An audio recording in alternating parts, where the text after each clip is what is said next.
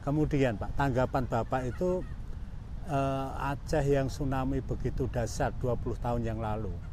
Sampai saat ini itu perkembangan apa saja Pak menurut pendapat Bapak sebagai sibat yang sudah sangat senior?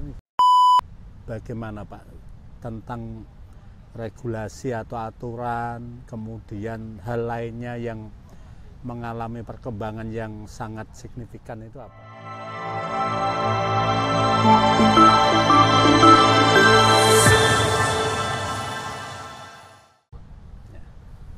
Oke, selamat siang semuanya. Jadi saya di sini dengan Bapak Istoni dari PMI Batang. Beliau sibat, selain sibat dia juga pelaku tsunami di Aceh. Jadi kita jumpa dengan pelaku tsunami yang di Aceh ini selama ini Pak. Jadi 20 tahun yang lalu ada tsunami di Aceh. Lah penjenengan itu perannya sebagai apa Pak?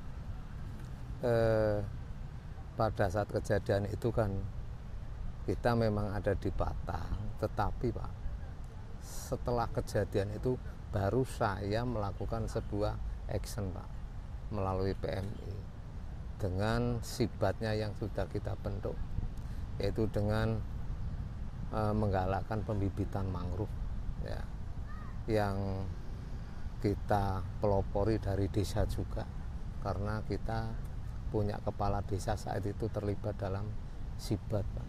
Nah,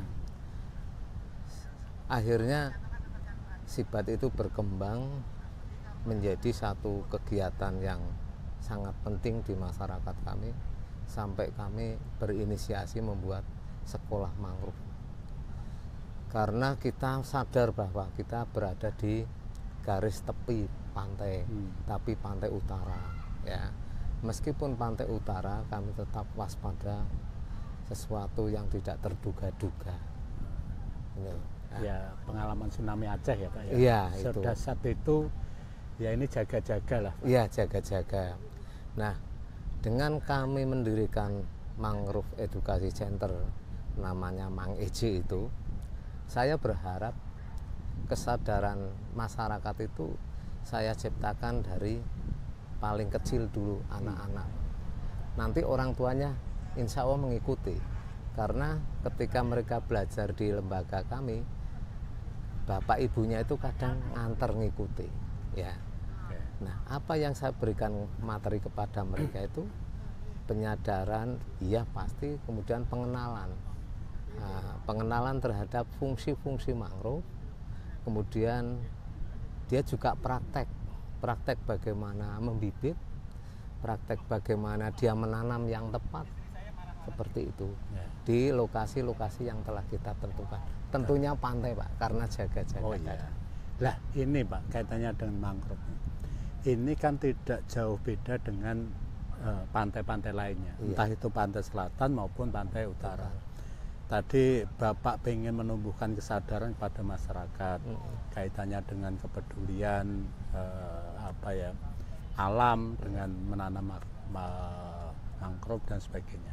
Bahkan punya kelompok namanya apa, Mang EJ. Mang EJ. Nah, itu sesuatu yang bagus. Lah ini kami balik ke tsunami Aceh Pak.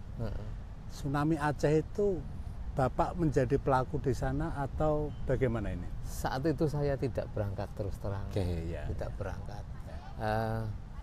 Karena apa, waktu itu saya belum masuk dalam TSR. Tidak masuk. Saya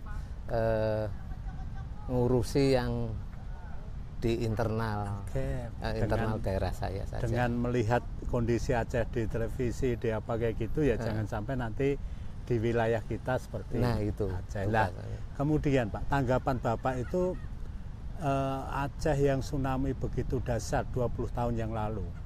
Sampai saat ini itu perkembangan apa saja Pak menurut pendapat Bapak sebagai sibat yang sudah sangat senior, gimana? Kami kan hanya melihat perkembangan dari media, kemudian ya dari YouTube dan lain sebagainya.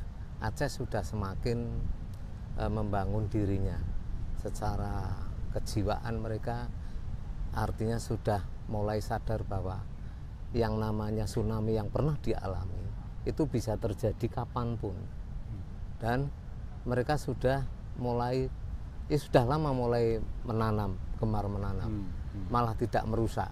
Ya. Saya yakin dengan jauhnya lemparan ombak sampai sejauh itu, saat itu kosonglah ruangnya kosong. Ya, dengan itu ada pendapat Bapak, ada apa ya, kepedulian dengan menanam mangrove dan sebagainya. Ya, sudah nah, rindu, kemudian Pak, ya.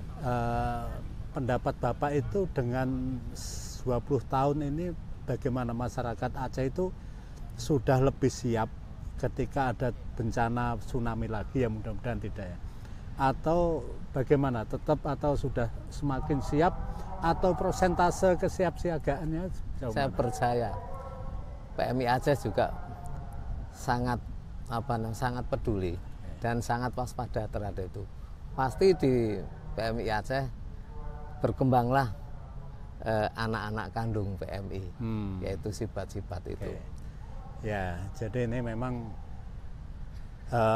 Bapak ini kepeduliannya tinggi dengan pengalaman Aceh. Nah, ini satu hal lagi Pak, selama ini 20 tahun ini bagaimana Pak tentang regulasi atau aturan, kemudian hal lainnya yang mengalami perkembangan yang sangat signifikan itu apa contohnya? Kalau berangkat dari Jambore kedua, Jambore kedua di Bogor,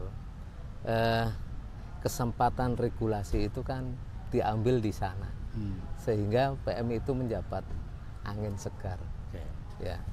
Ya, kita sangat berterima kasih kepada Pak Yusuf Kalla sebagai Ketua PMI Nasional yang telah memberikan angin segar itu, sehingga kegiatan-kegiatan itu tertunjang dengan adanya satu pembiayaan yang di-cover oleh ayah kita, itu PMI itu. Terima kasih Pak, ini sudah dijelaskan detail kaitannya dengan pengalaman maupun pandangan dari Sibat yang sudah senior ini. Mudah-mudahan ini bisa menjadi wawasan, menjadi literasi bagi kita semuanya, pelaku-pelaku relawan ini yang peduli terhadap bencana. Sekali lagi saya ucapkan terima kasih Pak, mudah-mudahan kegiatan sosial yang bagus ini selalu dikembangkan. Siap Pak. Gitu Pak, terima kasih Pak Agus. Selamat siang. Batang tetap siaga. Oh, siap.